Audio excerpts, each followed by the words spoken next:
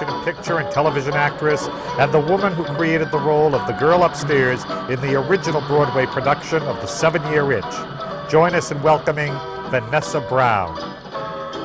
And now, here's your man of the half hour, Skippy Lowe. Vanessa Brown. Hi, Skip. Hi.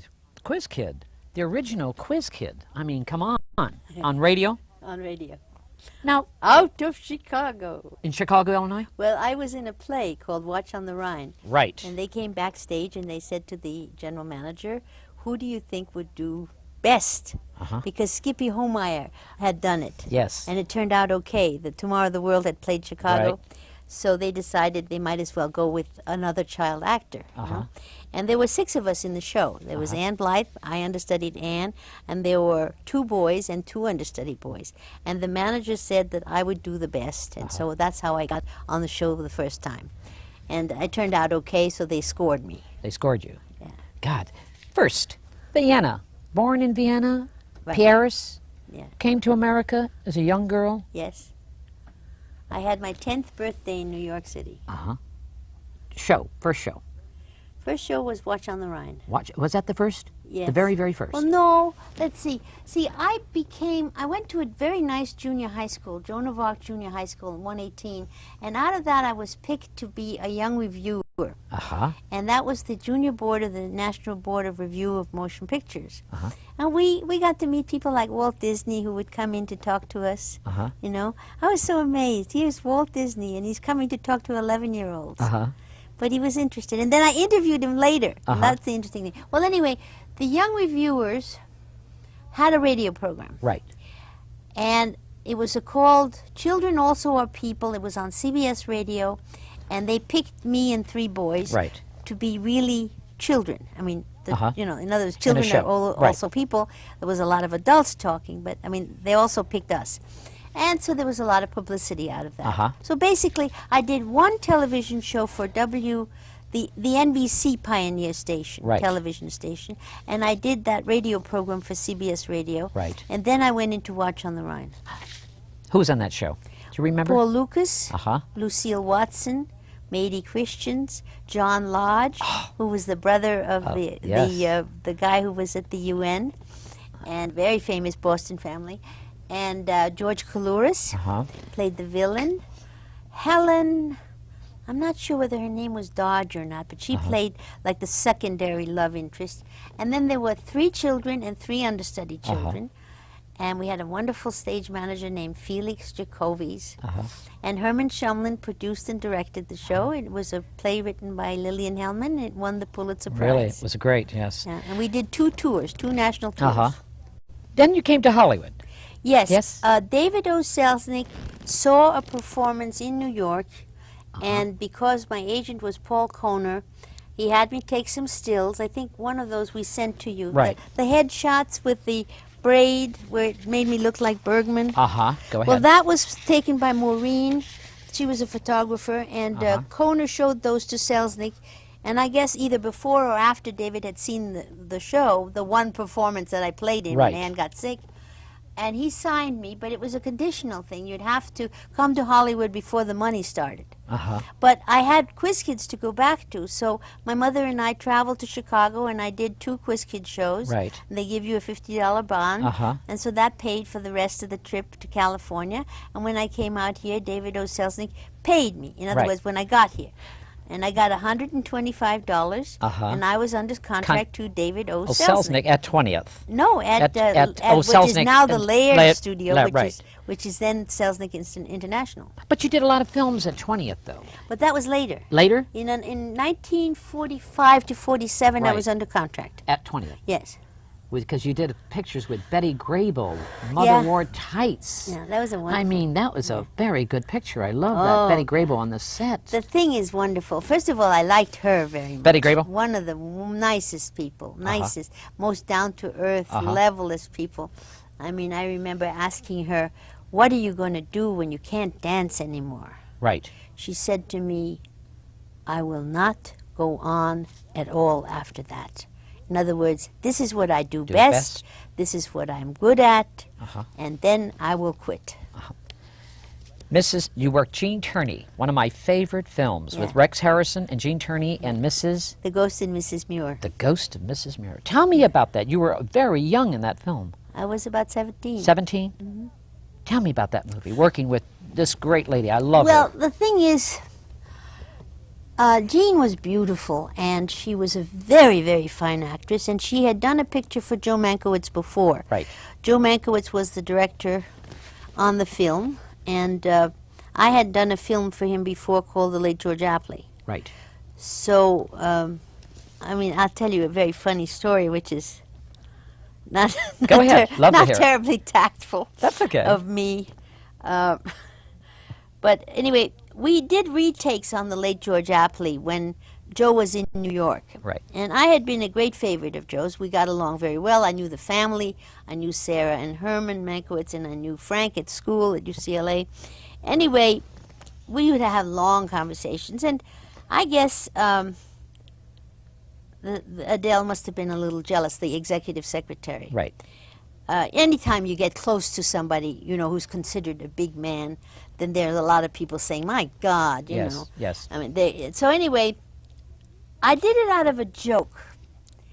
We did retakes with Ernest Lubitsch. Lubitsch did the retakes because Peggy Cummings was a favorite of Zanuck, and so we got retakes. Peggy Cummings is the English actress. Yes, but she played the other part in The Late George Apley. Right. So they rewrote a scene for her and me where she gives me advice, and I go in this dowdy wedding dress, and she says to me, now you go to New York and get Uncle Ronald Coleman to buy you a good outfit so you look good, you know. Never mind this old stuff. Right. Anyway, we go into the dressing room before the take, and there's the great Mr. Lubitsch, and he says something very flattering to me. You know, there's a thinking actress. And I was so happy that for the first time after all these years it was considered a plus to be a thinking actress, you know. I mean, you don't know what I went through before then, because at that time, if you had any kind of intelligence, you had to hide it below a low bosom, or you were not considered sexy. And that cost you jobs if you were not considered sexy. So anyway, I was so happy with this compliment of Mr. Lubitsch's that I waltzed myself into Joe's office, and Joe was in New York, and I said to Adele, I just forgot everything, and I said, now Lubitsch, there's a director for you. Well, the next thing I know, they are testing June Lockhart for my part in The Ghost and Mrs. Muir. Oh, no. So I figured I did something wrong. What did I do wrong? And I figured it out. So I went to visit Joe on the set of The Ghost and Mrs. Muir. Joe was delighted to see me. God knows what Adele had told him. And he walked me to the door, and I was back in the picture. I love it. Isn't that awful? That's great. Isn't Lana awful? Turner, The Bad and the Beautiful. What a great movie. Lana. I only know stories about Lana. I did not work with her. I worked with Kirk Douglas, and I worked with Barry Sullivan. So and you did your scenes with Kirk Douglas? Yes. In other words, the picture is more or less divided into three parts. Right. The way I got the film is interesting because it shows you the influence of television upon the movies. Now, John Houseman was a very good friend of the Mankiewicz's, so I would see him frequently, you know, but never in business context.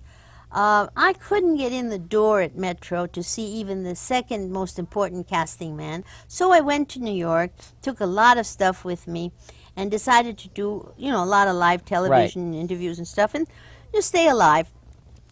So I did the show of shows, the Max Liebman thing. Of course. Song and dance, you know, with Carl Reiner and Howie Morris. And the next day, my agent calls up, Houseman and Minnelli want you. Is this sufficient money? I mean, I not only didn't have to go through the office, you know, but they were asking me if it was sufficient money. So I said, it's sufficient money. I have only one problem. I have too much luggage with me, and it'll be too expensive to go, you know, now they were wanting me to go back first class. Right. And I had come in tourist. And I thought maybe of packing everything up and sending it parcel post. So I had this friend of mine at in the marketing department at Metro, very nice friend, and I called him up and I said, Dan, do you know a cheap way to send stuff across the country? And he said, let's go back on this one, Vanessa. Let me hear this one again. And he said, don't be ridiculous. After what they did to you, we'll hire 2 front seats and we'll get all your junk back. I love it. Voice of the radio. I mean, let's face it. Voice of America. Voice of America. Yeah, that was the best thing. That voice, really... You know, your voice has been over that radio constantly. Voice of Yeah. America. Tell me about that. I used to have a sheep ranger in Australia write me regularly. Could I have had a chance to visit him? Right. I didn't You didn't. follow up on that. You didn't follow up. No. However, the Voice of America, I was practically the bureau chief here from 62 to 82. Right. Just about. I mean, the Munich desk came in, Ed Gordon, Right. and took over, and then they opened up the formal office. So in effect, it ran out of my house for a long time. But Murrow hired me, Edward R. Murrow, and I outlasted Murrow, Carl Rowan, and Mr. Chancellor. And I did some wonderful work, and we're using that as a basis for What Do You Want to Be Tomorrow. We were using those audio tapes. Vanessa, looking back over your career, I mean, when you were a child, you even wanted to be a journalist ever since. Not an actress, but a journalist. I think I was much more oriented towards political history, and because of my father's influence on me. Oh, really? Well, he taught me from the age of 3 on. I mean, he had come from Russia in 1917. His mother had given him a boat, and the revolution was on, and she said, "Go, my son." And he took this canoe, and he went down the river, and the border there was open. Right. So he walked across 4 countries, and he got to Vienna, and eventually met my mother in Vienna. So what I'm saying to you is I'm really a product of the historical forces that were happening in 1928 when I was born. And when I was going to kindergarten, my father would draw the sled, and they'd take me to this Montessori kindergarten. I had a very good education early. Right. And my mother was a psychologist, and she was a student of Alfred Adler, and my father was a linguist and a writer. And my father's first, he was always teaching me things, always taking time, took a lot of time to show me the different parts of the cities that we lived in. Right. And there was an electrical strike at the time. It was Schuschnigg, who was, I think, a socialist. I'm not sure. But anyway, Schuschnigg was the prime minister of Austria. Right. And there was an electrical workers' strike, so they had to pick me up from kindergarten early because I couldn't stay there. Right. Because it was dark in the winter. So I missed the kindergarten. That was the fun part. It was a wonderful thing. You learned with compasses, and you learned with colors, and the fun place. So I said, why did we have to leave? And then there was a week that we didn't go to there. Right. So he said, he explained it to me, and he explained it in terms that I'll never forget. And he said, because we later on, when we went back, there were bullet holes in the bathrooms. Right. This was in a workers' low-income housing development, and the bells were hanging like this. There'd been a shootout. Right. So that's why the kindergarten was closed. So he explained in terms that I remember to this day and that I understood, and it was like my biggest lesson. He said, if the railroad workers had stuck with the electrical workers, the government would not have been able to bring troops in on the railroads and shoot up the electrical workers. And the moral was, if people don't stick together, they die separately. And that is a wonderful lesson to learn that early. Vanessa, I mean, you came to Hollywood, you became a wonderful actress, a thinking actress, let's see, a thinking actress, right? Yeah. But look at this picture. I got to show my audience. Look. Wagon Train. What? Is this from Wagon Train? Wagon Train, NBC, I think. NBC? Yeah. What is this from? This was a still by John Engstead. He shot me over the years. He Look was a at- very fine still photographer, and that was used for the sheet music Vanessa by Bernie Wayne, and that was used for The Fighter. Remember The Fighter? Yes, of course, The Fighter. There, you are on Life magazine on the cover. Look at Vanessa Brown. That was during the 7-year itch days, and that's Philippe Halsman is the photographer. You originated the 7-year itch on Broadway. Right. Right? Yes, Marilyn me- played my part later. And Marilyn Monroe played it in the film later. Tell me about on Broadway, The 7-Year Itch. What kind of reaction was that show on Broadway at that time? That's We had a huge hit. In other words, when we were playing New Haven, Tommy Ewell said to me, "Sweetie, we have a hit." I said, "How do you know?" He says, "I know." And then, you know, I was it for, the girl was it, and I was it for 2 years. Sir. Vanessa Brown, this is my favorite picture. This Really? is Vanessa Brown, like I think of Vanessa Brown. Really, that was Warner Why? Brothers. Yes, but Second why? contract. Why do I think of Vanessa Brown in this know. picture than any other picture? I don't know. Where is this from? It's just, That was taken at the Warner Brothers still photography, but the jacket my mother made. I mean, it's a hand-sewn jacket. this is the thinking actress, I know. Oh, this is beautiful, Vanessa. This is Oleg Cassini gown, and it's an Engstead picture. Uh-huh. It was shot approximately 1950. Where is it really? Yeah. Enjoyed doing those movies those days because you're such a Yes. bright lady. I mean, you know, Yes. you've had such great education, you know. Well, I mean, one thing doesn't hurt another. Do you I mean, go- the thing that was hard is quiz girl. that if you know. had to, no, if you had to eat, Yes. that means you had to work frequently. And Paul Kohner got me wonderful contracts. I mean, first Selznick, and then Warner Brothers, and then Mervyn LeRoy, Right. and then Fox, and in between there was a picture for Frank Borzage. Right. So I mean, I got really top people. But when you were under contract, inevitably the producers and directors, like at Warner Brothers, like Michael Curtiz and Henry Blanket, they Right. would always hire outside. Right. At Fox, it was a little better. It was more freer. Well, it was a little better because I saw Zanuck very early in the game, and they Right. said, "My God, you're seeing Zanuck!" Woo! And Zanuck promised to make a big star out of me. Well, the next thing they put me into a bit in Margie, what Henry With King Jeannie was Crane. Henry King was the Yes, director. Henry King, the director. So I shouldn't complain, you know what I Right, mean? In right. other words, they were, and they groomed you. I mean, they groomed you. First of all, you had the publicity department working overtime to make your name Right. a commodity. Right. And a very nice department run by Harry Brand, and some of the people are still there.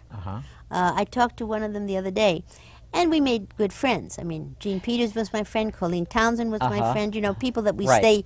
stay Do together. you still see them? Yes. You see your Oh, yeah. friends? Oh, Jean yes. Peters, how is she Yes. doing She's now? doing very nicely. Is she? She's unfortunately lost her husband recently, but she's doing Vanessa, very nicely. Vanessa, why don't we have the system anymore? Why doesn't Well, someone come with the studio system? It's a shame because there was an awful lot going for it. For example, we had dance lessons at Fox. We Right. had Fencing, speech lessons. speech. The thing is, even Marilyn came on the dance class one day, and she was like this, a little Angora sweater with the short shorts. And she said, "Can I come in here too?" And I said, "If you're under contract, you can come in. I mean, this is for us contract players." And then I told her about these free music lessons that were available. She said, "Free music lessons," and that's when she went over to the Newmans, you know, and learned that she could do that. Did you because get to know her later in the years? I after? saw her every so often. Like I saw her when she was married to Yves Montand, Oui. and she looked very happy. And I said, "You look very happy." And she said, "So do you." Was she just carefree little girl? Well, like, at that point, she was happy. I tried to go see her mother once. you did. They wouldn't let me. They wouldn't Why let me would see her. Vanessa Brown would like to do that? Why did you do that? I just wanted to find out more about Marilyn's background. Really?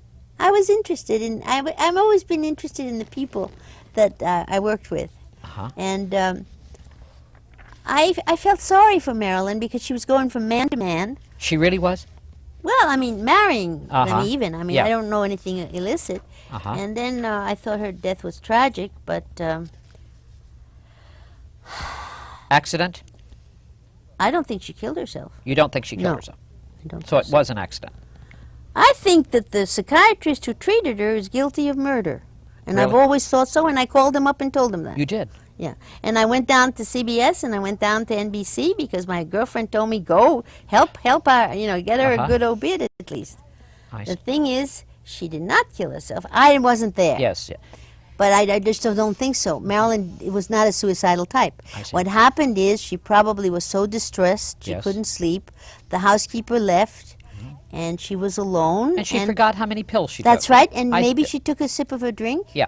You know, just to fall asleep. Yes, exactly. And she called up the last friend, and they'd say, well, listen, honey, I got to go to dinner. You know, my wife is, you know, whatever. And she had no one to talk to. Yeah. It's a lonely time to be. I mean, that was a very rough time. Yeah. And what I was bothered with is that she was talented, and she had a lot of ambition and a lot of energy, and I felt the studio was guilty of murder, too, because they used her. Yes. They made a lot of money. An awful lot of people made a lot of money. Well, that's what Hollywood's about, though. Well, I hate to see this, you know, Jimmy Dean and Marilyn, you know, now Yes. they're dead. Now they're being Everyone's worshipped. making money. Now they're being worshipped. Yeah. Why is that? Why is it? Because of money? Someone out there trying to make money on that? Well, obviously, somebody's selling the photographs, somebody's selling the books, somebody is spinning the yarns, you know. But it feeds on something that people need. People need heroes. People need beautiful people to look up to. People want to believe. Is that what you think Jimmy Dean's so powerful today, and Marilyn? They keep that name alive, and they Somebody's keeping it alive. I mean, there's obviously somebody that's interested in keeping it alive. I mean, the Presley thing didn't start by itself. Presley, yeah. I mean, there was a manager there who was interested. Right. And there are people that are benefiting from the sale of the records and the memorabilia and all of that. Yes. There's always some member of the family, like the Edward, the Tarzan people. Yes. Mr. Burroughs died broke. But now there is a Tarzana, and there is a whole foundation run by the nephew, and they have these conventions. I don't see Clark Gable so big today. But he was who one does of. he have? Mrs. Spreckles? Yeah. I mean, who does he have pushing him? Nobody pushes No him. pushes Clark Gable. Well, if no one pushes him, then he's forgotten. He was Mr. Movies, don't you Wonderful, think? wonderful actor. Wonderful. Stanley Kramer. I worked with him. Love I him. worked Yes, you with did a him. movie. Yeah, I did Bless the Beast and the Children, and I interviewed him for The Voice of America, a great filmmaker. And I understand he has a daughter in the business. Right, I interviewed her. Yeah, Catherine. and I saw her. Singing. No, Or I didn't see her sing. I mean, I saw her on the lot or something. Uh-huh. And she said that her father was preparing a new film. Right. Oh, really? So I didn't know that. I mean, I didn't know. I had been told that he was working on the Valenza story. You know, the Polish leader. Leader, yes, yes. But I hadn't heard anything lately, so I don't know what it is. I that know he's they're working back on. in town. They moved back from Yeah. Seattle. Vanessa Brown, this picture. I mean, is this a fashion? That's Philippe Holzman again, and he shot the cover, and that was the story on Stoles. On And Stoles? that is a funny story. Oh, really? Tell us the story. Well, Love to hear it. you see, during the 7-year itch, I had already been inside the book for the Right. show, and when you're the hit of the season, you get invited to the two big balls. Right. One is the March of Dimes at the Waldorf, and the other one is the April in Paris. I think it's also at the Waldorf. Anyway, big affairs. And at the March of Dimes show, I was given some text, you know, Right.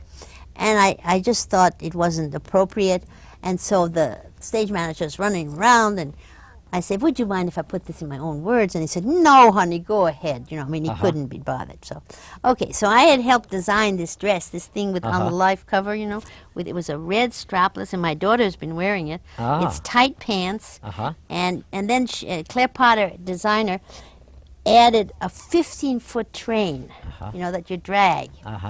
So I came out and I said, this little outfit, designed by Claire Potter, and that was the only designer that got a credit, you know, is designed specifically for washing dishes.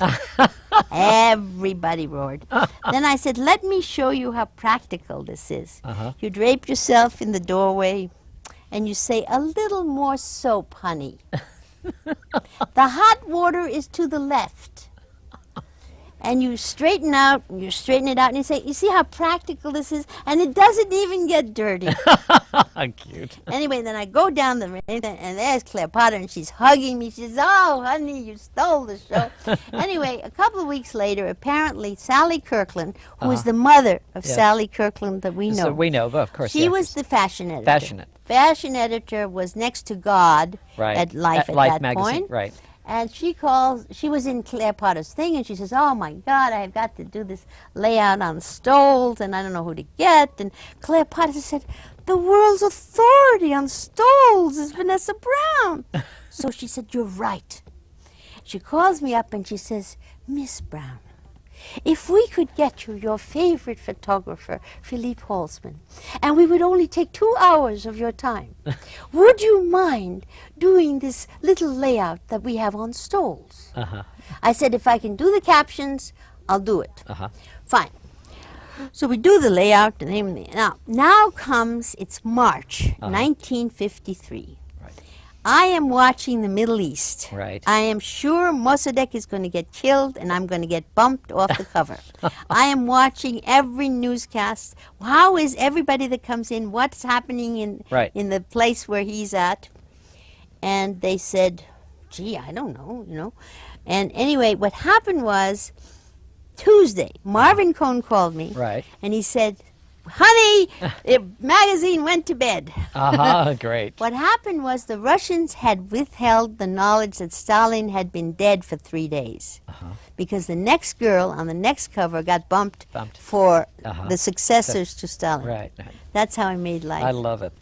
This, tell me about this. I love this. I love the this caption. movie. Tell I me. love the caption. What's the caption? What does it say? The caption is wonderful. It says, I'm not sorry for what I've done. I'd do it again. What film is that? This is called Girl of the Limberlost. Ah. It's based on an old classic. Right. And this was Mel Ferrer's first directing job, and it was Columbia. And who's this? Who's this right here? Where? This one right here?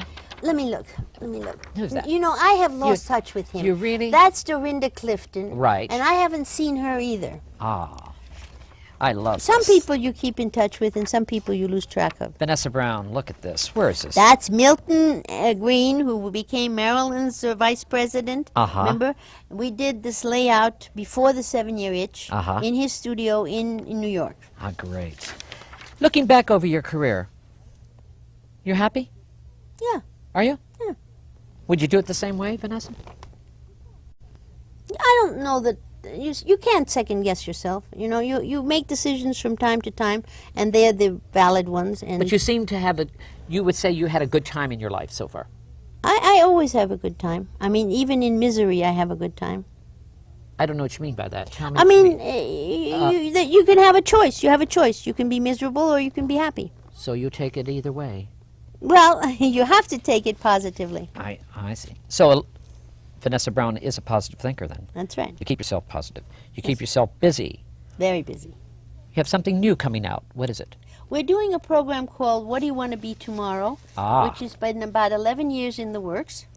It was an outgrowth of the need expressed by my children. What am I going to do in life, Mom? Interesting.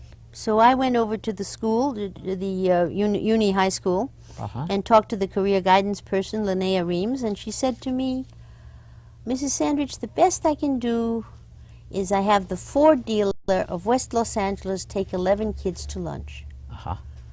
And I looked at her, and she looked at me, and I said, in West Los Angeles, the best the people can aspire to is to be a Ford dealer?